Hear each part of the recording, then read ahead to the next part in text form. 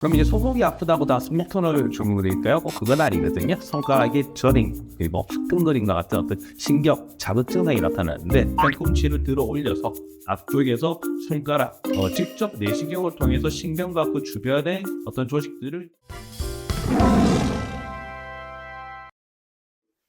안녕하세요. 고품격 메디컬 예능 의학정보 채널 힘내쇼TV의 정동호입니다. 반갑습니다. 오늘은 현대인들에게 점점 흔해지고 있는 이 손목 터널 증후군에 대해서 얘기를 해볼 건데요. 컴퓨터 작업, 스마트 작업, 그리고 주방일 할 때 어떤 손목을 많이 쓰시는 일을 하시는 분들은 이 손목에 무리가 많이 가다 보니까 손목 터널 증후군으로 이어질 수가 있는데 오늘 이 기회에 한번 좀 잘 알아보고 예방하시는 기회를 가져보시죠. 우선 손목 터널 증후군이라는 것은요, 손목 안에 보시면 여기 중앙에 지나가는 정중신경이라는 것이 있습니다. 이 정중신경이 좁은 손목 터널을 지날 때 압박을 받음으로써 손가락 1번, 2번, 3번, 4번 요까지 어떤 저림과 쥐가 내린 느낌, 감각 이상 힘이 빠짐 이런 것들을 유발을 시킬 수 있는 것이 손목 터널입니다. 그래서 이 손목 터널은 상당히 좁거든요. 그러다 보니까 신경이 압박이 되게 되면 좀처럼 좋아지기가 참 어려운 그런 질환입니다. 손목 터널 증후군이 생길 수 있는 원인은 일단 첫 번째는 과도한 사용이 원인이에요. 많이 쓰시다 보면 손목에 압박을 받게 되고 그 주변에 염증이 생기고 그리고 손목 터널이 두꺼워지고 이러면서 손목이 압박을 받으면서 증상이 나빠질 수 있게 가는 거고요. 그러다 보면 이제 결국 손목 자체가 어떤 쓰기 불편해지면서 손가락까지 장애까지 오는 어떤 여러 가지 합병증까지 오게 되는 거죠. 또한 또 예전에 다쳤던 사람들이 있어요. 손목이 골절이 있으면서 뼈의 모양이 불규칙해진다든지 그런 걸로 해서 이제 뼈가 튀어나온 부분이 신경을 눌리거나 아니면 또 류마티스와 같은 질환이 있으면서 힘줄 자체가 두꺼워지면서 힘줄을 눌리게 되면 손목 터널 증후군이 또 호발할 수가 있고요. 그리고 기저질환적으로 이제 당뇨나 갑상선 질환이 있는 사람들이 신경 관련 질환들이 좀 잘 온다고 되어 있습니다. 그럼 이제 손목이 아프다고 다 손목터널 증후군일까요? 그건 아니거든요. 손목터널 증후군은 이제 신경성 질환이다 보니까 좀 특징이 있습니다. 주로 불편하다고 얘기하시는 게 손가락의 저림, 그리고 화끈거림과 같은 어떤 신경 자극 증상이 나타나는데 이게 손가락 전체에 생긴다라고 생각하시면 안 되고요. 이 정중신경이라고 하고 하는 부분들이 지배하는 1번, 2번, 3번, 4번 손가락의 반에 손바닥 쪽으로 주로 증상이 생긴다는 거죠. 이런 부분들이 1단계 때는 잠시 좀 저린 느낌 위주지만 단계가 올라가면서 이제 신경의 마비가 생기기 시작을 합니다. 그러다 보면 감각도 무뎌지고 나중에는 근육이 쪼그라들면서 손에 힘도 떨어지면 이제 fic감증까지 진행할 수가 있는 거죠. 보통 불편하다라고 오시는 것들이 무감각해서 뭔가 무리다, 와 뛰쳐나온 것 같다 하는 어떤 손목 신경 증상부터 시작을 해서 손가락에 힘이 떨어져서 반주 채우기가 불편합니다. 뭔가 물건들 내가 계속 떨어뜨립니다. 손가락이 잘 안 굽혀지려 하는 어떤 합병증까지 올 수가 있는 거죠. 흔히 얘기하는 이런 손목 터널 증후군에 대해서 오해가 많을 수가 있는데 이런 오해와 진실에 대해서 한번 얘기를 해볼게요. 손목이 아프면 손목 터널 증후군이다. 정답은 X. 손목 터널 증후군은 이제는 손목에 아프게 하는 어떤 여러 가지 어떤 질환 중에 하나지만 주로 손목이 아프다기보다는 손가락이 저리는가 어떤 화끈거린다는 신경 증상을 위주로 생기기 때문에 단순히 손목이 무리하게 아프다라는 것은 손목 터널 증후군이 아닌 손가락 주변의 심줄의 염증 또는 관절의 어떤 연골의 문제와 같은 다른 질환의 가능성이 좀 더 크다라고 생각할 수 있습니다. 손목 터널 증후군은 직업병이다. 정답은 저는 중립. 왜냐하면 결국 손목 터널 증후군은 손을 많이 쓰시는 분들한테 많이 생기기 때문에 이런 부분들은 직업병과 연관이 있다라고 얘기하실 수 있어요. 손을 이용한 작업을 많이 하시고 컴퓨터를 많이 한다든지 주방일을 많이 하시다든지 이건 다 직업과 연관되어 있어서 나쁘게 할 수 있는 부분이지만 류마티스나 당뇨와 갑상선 질환과처럼 다른 질환에 의해서도 생길 수가 있기 때문에 직업병이라고 할 수는 없지만 직업중 요소는 상당히 많다라고 정리할 수 있겠습니다.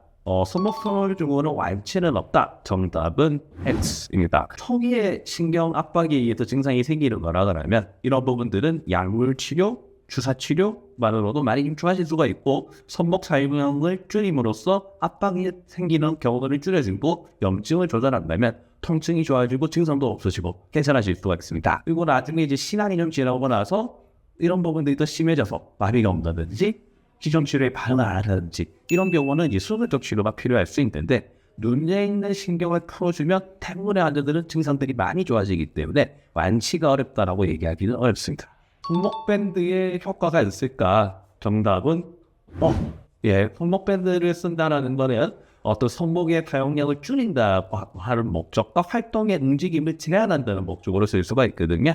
손목을 많이 굽히고 쓰는 과정에서 신경을 압박받기 때문에 밴드를 이용해서 가동 범위를 좀 줄이고 사용량을 좀 보조를 해준다라고 하면 도움이 될 수 있을 거라고 생각을 합니다. 자, 그러면 이제 우리 손목 터널 증후를 어떻게 치료할 수 있을까요? 일반적으로 이제 여러 가지 검사를 통해서 손목 터널 증후라는 것들이 확진이 되면 치료를 간단하게 먼저 시작을 해볼 수가 있습니다. 우선적으로는 손을 사용량을 좀 줄여야겠죠. 특히나 손목이 이렇게 과도하게 꺾이는 자세를 피함으로써 신경이 압박되는 부분들이 생기지 않게 최대한 어떤 생활 습관에 교정을 먼저 시도를 하게 됩니다. 그리고 더불어서 통증이 있다라고 하면 약을 통해서 증상을 깔아앉혀주고 단순한 진통소염제부터 우리 신경의 저림을 줄여주는 약까지 다양하게 있거든요. 이런 거를 단계별로 쓰면서 증상이 좋아질지 보게 되고요. 그리고 저림이 너무 심해서 계속 불편하다라고 하면 이제 손목에 신경 주변에 염증을 깔아앉히는 주사 치료를 하기도 합니다. 그렇게 되면 신경 주변에 부종이 깔아앉고 염증 반응이 줄어들기 때문에 증상이 좋아질 수가 있는 거죠. 하지만 이게 좋아지는 부분들이 제한적이거나 또 금세 재발을 하거나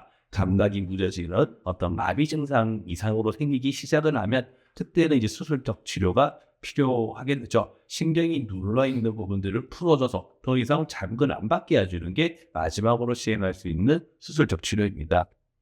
수술의 기본 원리는 우리가 눌러있는 신경이 더 이상 눌리지 않게 풀어주는 거죠. 손목 터널은 상당히 좁은 제한된 공간이거든요. 이 공간 안에는 신경도 있고 또 혈관도 있고 힘줄도 있고 조직도 있고 그렇습니다. 이런 공간 자체의 내부의 어떤 성분들을 없애는 건 불가능하기 때문에 가장 큰 원리는 이 좁아져 있는 터널의 유리를 통해서 넓혀주는 겁니다. 그렇게 되면 중간에 있는 신경이 더 이상 눌러지지 않기 때문에 신경 증상을 완화시키고 마비가 된 부분들을 좋아지게 만드는 어떤 효과가 있는 것이죠. 그리고 이제 수술 방법은 여러 가지가 있겠지만 가장 예전에 많이 했던 방법들은요. 손목에 있는 손목 터널 바로 위쪽을 절개를 하고 들어가서 손목 터널을 열어주는 고식적인 어떤 절개 방법입니다. 이런 거는 예전부터 많이 해왔기 때문에 상당히 안전하다고 할 수는 있는데 몇 가지 단점이 있습니다. 첫 번째는 손바닥의 앞쪽에 이렇게 절개를 하기 때문에